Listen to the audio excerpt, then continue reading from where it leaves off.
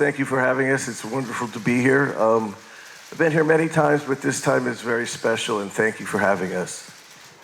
Hello, I'm very excited to be here. Thank you very much. Thank you all for being here. It's so lovely to be in Korea.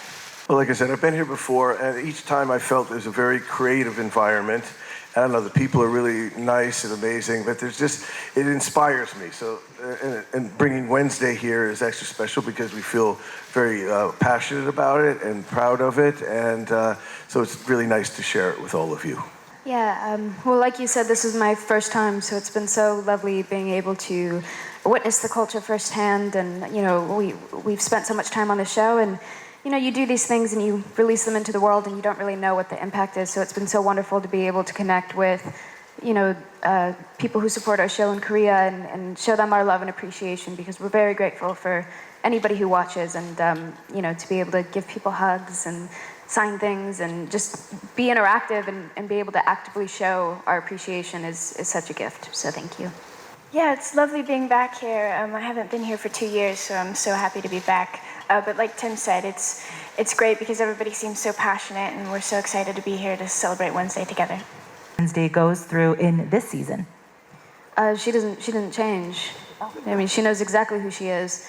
Everybody else around her has to catch up. I mean, maybe I think the only thing that's different perhaps is, you know, in first season we saw Wednesday get comfortable with a hug for the first time, or someone touching her, which was a very scary thing for her. And then the second season, I think her biggest conflict or challenge is learning to rely on family and friends, because she's very independent. But without her ability and with this confused state and dealing with a villain who's much smarter than her, or at least at times, you know, it's hard for her to be dependent on other people.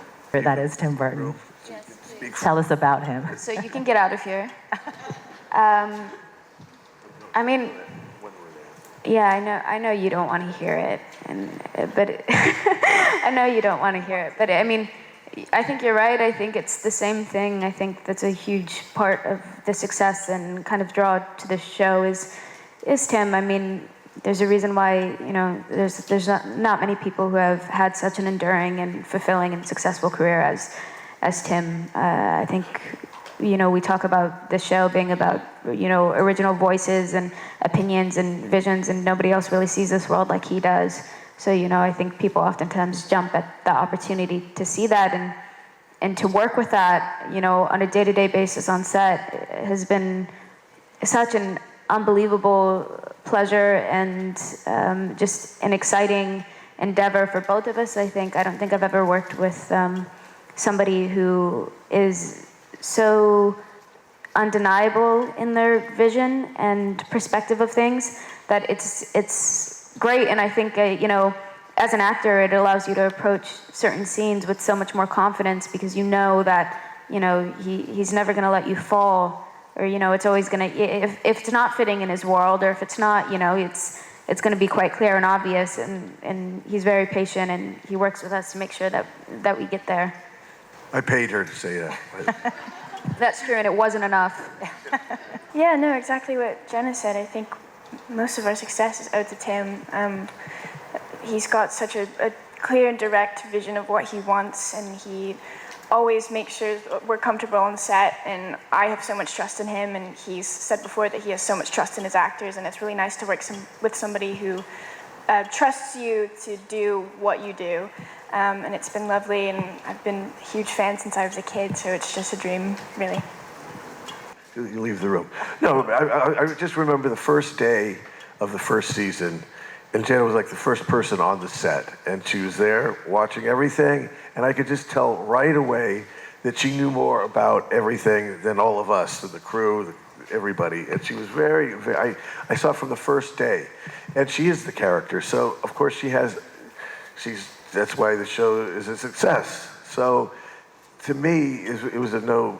You know, she could produce, she could direct, she could do anything, because she's got that sort of artistry, intelligence, and creativity, and you know, it's like she knows more about the character than all of the rest of us put together. So, of course, she's an important part of it. And of course, she brought it the first season and also in the second season. Yeah, probably. I don't know. I would like instantly fall to the floor, you know, hide, or she's quite. I don't know. I feel like the two of us in a room.